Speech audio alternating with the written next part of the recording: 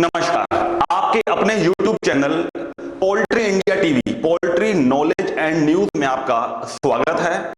आज बात करने जा रहे हैं एक ऐसी संस्था जो मीट की दुकान वालों के लिए या अप्रत्यक्ष रूप से फायदा किसका है, जो पोल्ट्री फार्म चला रहे हैं उनके लिए संघर्ष कर रही है। उन्होंने अपने जो संघर्ष किए और उसके बदले में कुछ पॉइंट्स आए हैं प्रशासन की तरफ से कह लें या सरकार की तरफ से, वो सारी आपको बातें मैं बता रहा हूं और पूरी आप बड़े ध्यान से नोट करिएगा, अंत तक नोट करिएगा। और इसमें कुछ हिदायत भी उन्होंने दी हैं अंत में, वो भी आप जरूर नोट करिएगा क्योंकि फिर आपका बिजनेस प्रभावित हो सकता है इससे। और निवेदन है ये पूरी बातें आप सुन लीजिएगा। उसके बाद जो लोगों को जानकारी, जिन लोगों को जानकारी नहीं है उनके लिए अपने फेसबुक ग्रुप या व्हाट्सएप ग्रुप, जो पूरा लिंक आप नीचे शेयर की ऑप्शन है उस पर क्लिक करके आप शेयर कर दीजिएगा। ये जो है बात आई है माननीय FM शेख जी की तरफ से, हमें ये सूचना प्राप्त हुई है, जो अध्यक्ष हैं poultry farmers broiler welfare federation की तरफ से। उन्होंने कहा है कि 29 नवंबर 2018 से अस्तित्व में आने के बाद, ये संस्था की बात कर रहे हैं और राष्ट्रीयकृत या राष्ट्रीय पंजीकृत संस्था है ये, आने के बाद खाद्य सुरक्षा विभाग FSSAI पशुपालन मंत्रालय नई दिल्ली से पोल्ट्री बर्ड्स कटिंग एवं chicken meat shop registration license नियमावली एवं व्यवहारिकता, ये ध्यान से सुनिए, व्यवहारिकता को लेकर लड़ रहे हैं। व्यवहारिकता क्या है कि कई बार प्रशासन कुछ ऐसे कानून बनाता है जो समाज के फायदे के लिए हों, लेकिन कई बार वो जो नियम होते हैं ऐसे कड़े हो जाते हैं जिससे व्यापार करना या बिजनेस करना संभव ही ना रह पाए।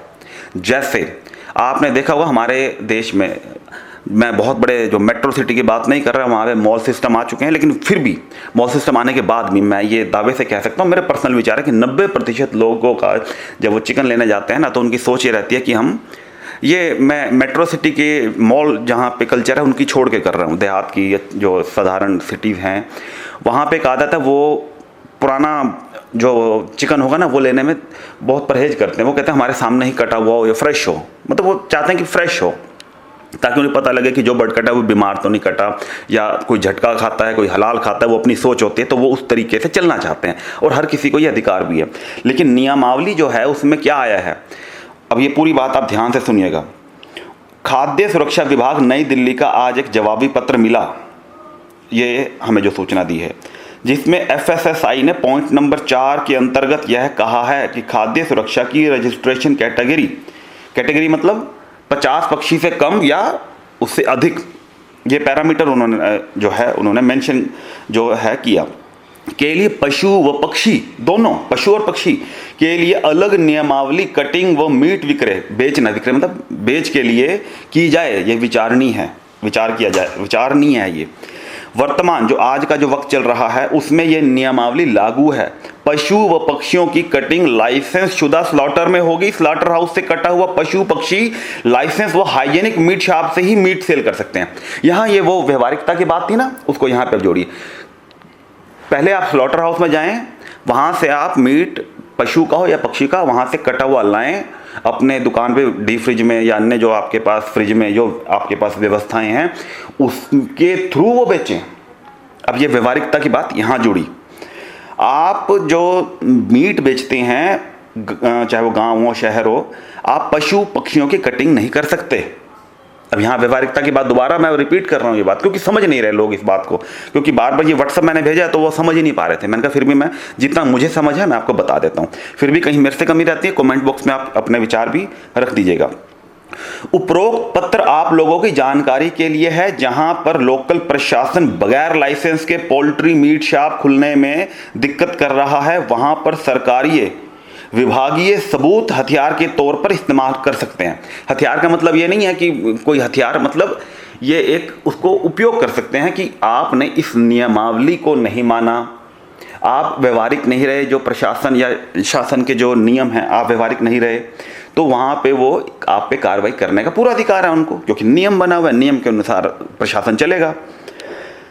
अब यहाँ पे आगे बात क्या आ रही है, लेकिन फिर भी ये बात कही है जो मीट कारोबार से जुड़े हुए लोग हैं, आप खाद्य सुरक्षा को लाइसेंस के लिए आ रही परेशानियों के संबंध में आप भी अपने एफर्ट लगाएं, अपने भी जोर लगाएं। पूरा का पूरा 100% डिपेंड हो जाना किसी संस्था पे वो ठीक नहीं है। वो अपना कार्य कर रहे हैं, लेकिन आप भी अपनी दिक्कतें प्रशासन के आगे रखें ताकि उनके नोटिस में आए कि ये परेशानियां हैं। आम लोगों को कैसे कन्विंस करें, क्या जो भी आपकी एक परेशानी मैंने बताई है, आपकी तो अपनी परेशानियां होंगी ना, लेकिन जो हाइजीनिक साफ सफाई की बात आ रही है तो बिल्कुल ये प्रशासन ने बिल्कुल सही बात कही है कि साफ सफाई तो रखनी पड़ेगी ना। तो आपकी अगर कोई दुकान है तो आप उसमें जाली की व्यवस्था या शीशे वाले दरवाजे की व्यवस्था या अन्य कोई व्यवस्था ऐसी करें कि मक्खियाँ ना हो, गंदगी ना हो और स्मेल ना हो जाए, कुत्ते आवारा ना वहाँ पे आपके वहाँ घूम रहे हो कि जो नुकसान करें किसी का। ये बहुत सारे पैरामीटर हैं, इन चीज़ों का तो आपने ध्यान रखना ही रखना है। तो इसलिए वो कह रहे हैं कतई ये ना निकालने की हम संघर्ष कर रहे हैं तो अभी आप सफाई से कंप्रोमाइज़ कर, ना सफाई से कंप्रोमाइज़ नहीं कर सकते। मुझे लगता है कि कुछ बातें इसमें जो है कुछ लोगों को समझ नहीं थी, मैंने कोशिश की क्लियर करने की, और फिर भी कोई कमी रह जाती है तो मैं आप लोगों को कहूँगा कि आप भी अपने विचार कमेंट बॉक्स में रख लें ताकि अन्य लोग भी उसको लेके समझ सकें। लेकिन ये रिक्वेस्ट एक और है कि इस पत्र को अधिक से अधिक आप पोल्ट्री के जो लोग हैं, जुड़े हुए लोग हैं, जो प्रत्यक्ष रूप से जुड़े हुए हैं, वो तो दुकानें हैं, उनकी कटिंग सिस्टम लगा रखे हैं या उन्होंने अपने जो भी छोटा या बड़े स्तर पर कर रहे हैं, लेकिन इसको शेयर अन्य लोगों तक जरूर कर दें। कल फिर हाजिर हो जाएंगे ब्रॉयलर और अंडे के थोक भाव लेकर। बहुत बहुत धन्यवाद।